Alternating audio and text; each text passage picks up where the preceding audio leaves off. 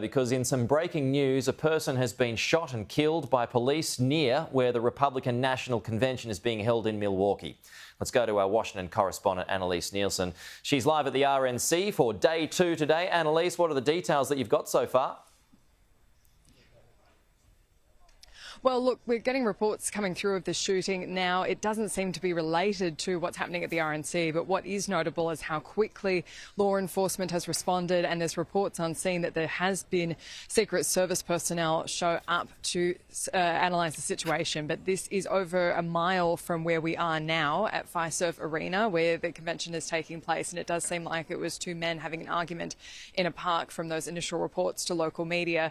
So it's not necessarily a cause for concern for people here, but I can tell you the security to get into this building is tight. This has been declared the hot zone. To get into the hot zone, you have to go through with Secret Service credentials that had to be approved about a month ago, and you have to have special passes to get through each layer of access to get here. They're checking for every single little thing. Even our car had to go through an X-ray. So the security is extremely high and very sensitive since what happened to Donald Trump over the weekend with this assassination attempt.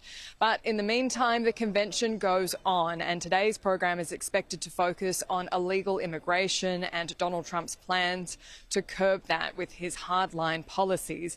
This has been a very strong policy base for the Republicans coming into this election, with record numbers of people coming over the southern border, and the Biden administration has had a very difficult time managing that with its previous statements on a more humane approach. It's seen record numbers going to cities across the United States.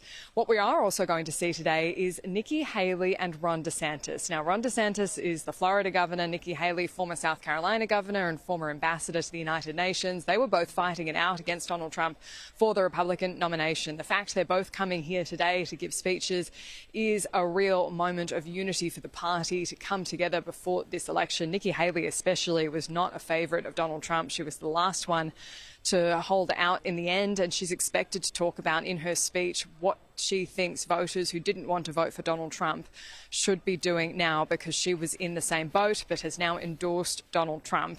Another interesting aspect to all this has now been what factor will RFK Jr. play in all this. He's still running as a third-party candidate. It's really unclear whether he's going to be taking votes from the Biden camp more or the Donald Trump camp, but it seems like Donald Trump's nervous about it enough to be courting him for an endorsement. RFK Jr.'s son filmed a portion of a phone call between Donald Trump and RFK Jr.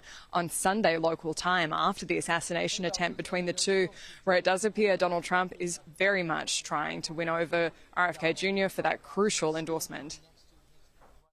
And it's the doctors you find. Remember, I said I want to do small doses. Small doses. When you feed a baby, Bobby, a vaccination that is like 38 different vaccines, and it looks like it's meant for a horse, not a 10-pound or 20-pound baby. It looks like you should be giving a horse this. And do you ever see the size of it? Right? It's this massive. And then you see the baby all of a sudden starting to change radically. I've seen it too many times. I just turned my head to show the chart, and something wrapped me. It felt like a giant, like the world's largest mosquito. And it was a bullet going around. What do they call that, an AR-15 or something? That was a big gun. One endorsement Donald Trump no longer has to court is that of Elon Musk. The owner of X, formerly Twitter, has pledged to donate to a super PAC that supports Donald Trump $45 million a month leading up to the election. So convinced is Elon Musk of the need for Donald Trump to come back that he's putting his own money out there for his election campaign. And one of the interesting things to follow too is how this is all playing out since the debate, where Joe Biden really struggled and it sparked this conversation among the Democrats of whether he should still be on the ticket. There's new polling out from YouGov, and this is from the days after the debate, but it shows some really interesting statistics. 89% of Joe Biden supporters say their minds are made up. 94% of Donald Trump supporters also say their minds are made up. But the difference here that I think is the most informative, 52% 52% of Biden supporters are extremely enthusiastic, including 36%, 52% of Biden supporters are enthusiastic, 36% are extremely enthusiastic, 67% of Trump supporters are enthusiastic, 49% of whom are extremely enthusiastic. So Donald Trump is winning on those margins, and it's only 15% of Biden supporters that say they're not at all enthusiastic. Compare that to just 6% who say they're not at all enthusiastic. In a compulsory voting country, those statistics matter. That's the difference between someone bothering to go cast a ballot and someone sitting it out, and that could be the thing that changes the game in those key swing states.